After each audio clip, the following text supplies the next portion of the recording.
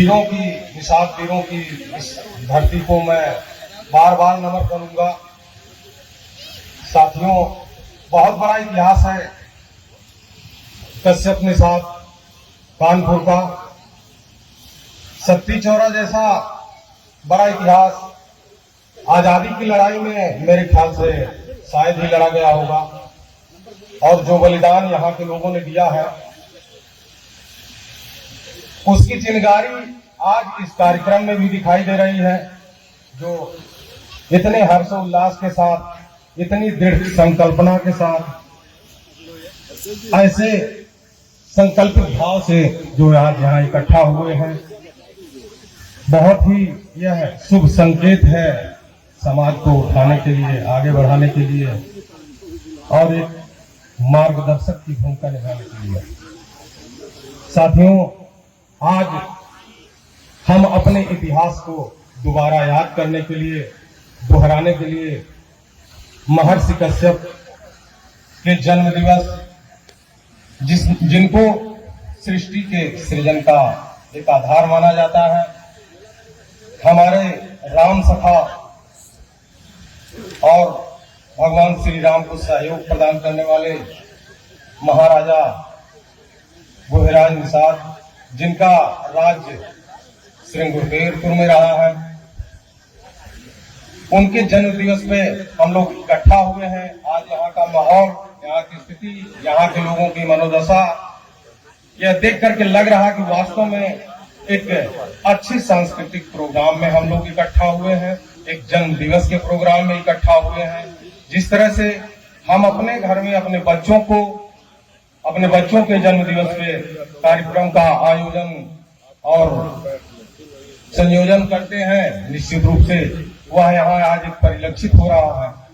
बहुत बहुत धन्यवाद ऑर्गेनाइजिंग कमेटी को, जो इस तरह का माहौल उन्होंने बनाया, इस तरह से मेहनत करके इतना बड़ा आयोजन स्थापित किया।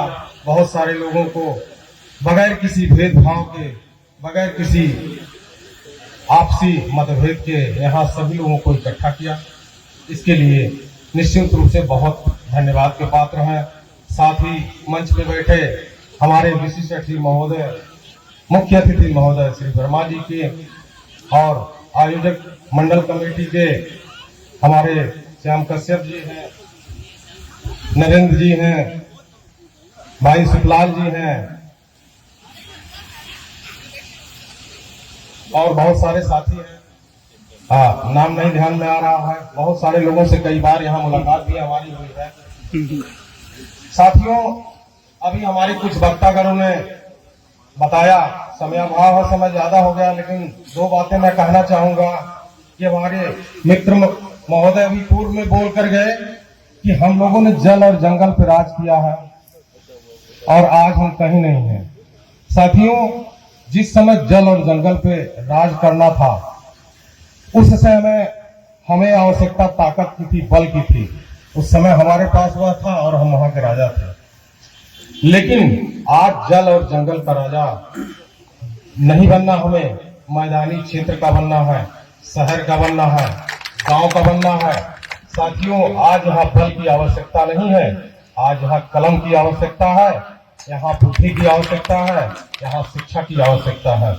जब तक इस दिशा में नहीं आप जाएंगे, शिक्षित नहीं होंगे, सामाजिक नहीं होंगे, संगठित नहीं होंगे, तब तक यह अधिकार आपको नहीं मिलेगा। चाहे घर का हो, चाहे परिवार का हो, गांव का हो, अथवा किसी देश का हो, कहीं का हो। जो मंदबुद्धि है, जो विवेकहीन है, जिसके पास ज्ञान नहीं है, वह देश पिछड़ा है, वह परिवार पिछड़ा है, वह गांव पिछड़ा है, वह इलाका पिछड़ा है, वह राज्य पिछड़ा है। हम इस चीज को ऐसे ही देख सकते हैं। बहुत सारे आंकड़े हमारे सामने आते हैं। यदि हम शिक्षित नहीं हैं, हम सामाजिक नहीं हैं, हम संगठित नहीं हैं, तो निश्चित रूप से हम पिछड़े ही रहेंगे। आज हमारा ये देश विकासशील घोषित किया जाता है। कहीं भी जब गणना होती है, क्यों विकासशील है? हमारा शिक्षा का परसेंटेज आज भी कम है और सबसे ज्यादा हम ही अशिक्षित हैं। इस देश को पिछड़ापन की अगर नजरिए में देखा जाएगा, सबसे ज्यादा हमारी ही कम्युनिटी पिछड़ी हुई है और हम इस देश को भी पीछे ले जाने में अपनी एक योगदान दे रहे हैं। हम क्यों नहीं शिक्षित होते? हम क्यों नहीं सामाजिक होते।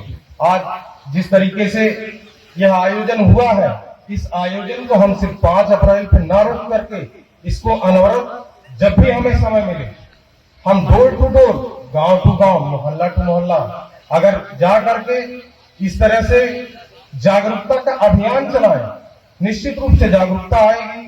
और एक बड़ा संदेश मैं देना चाह रहा हूं आज इस कानपुर के मंच के माध्यम से।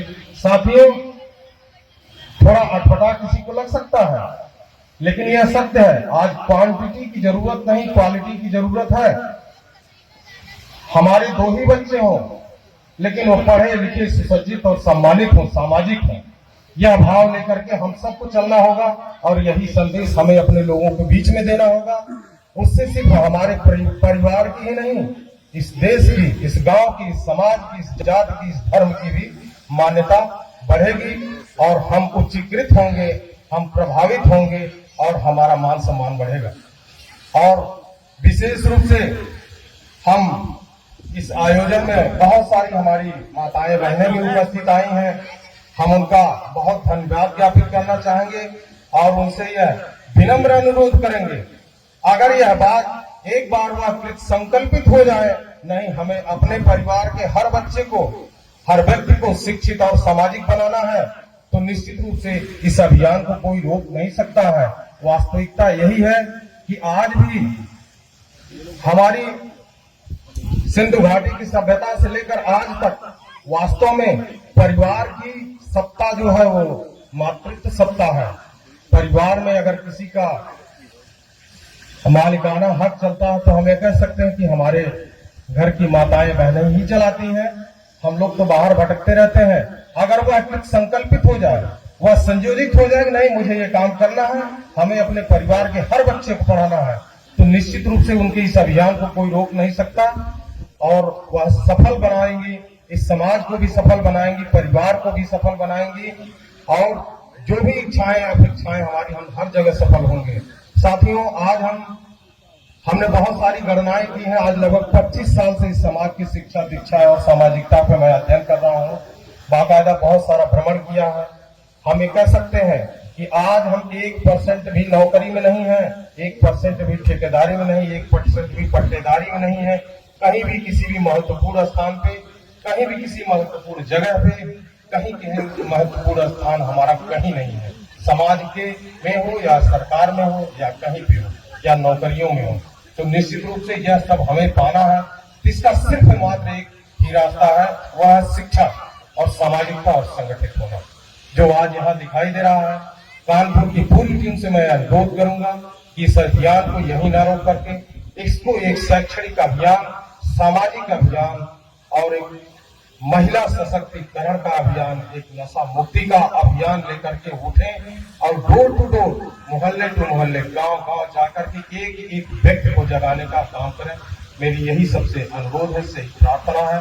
इन्हीं शब्दों के साथ मैं अपनी वाणी को समाप्त करता हूँ। जय भारत, जय हिंद।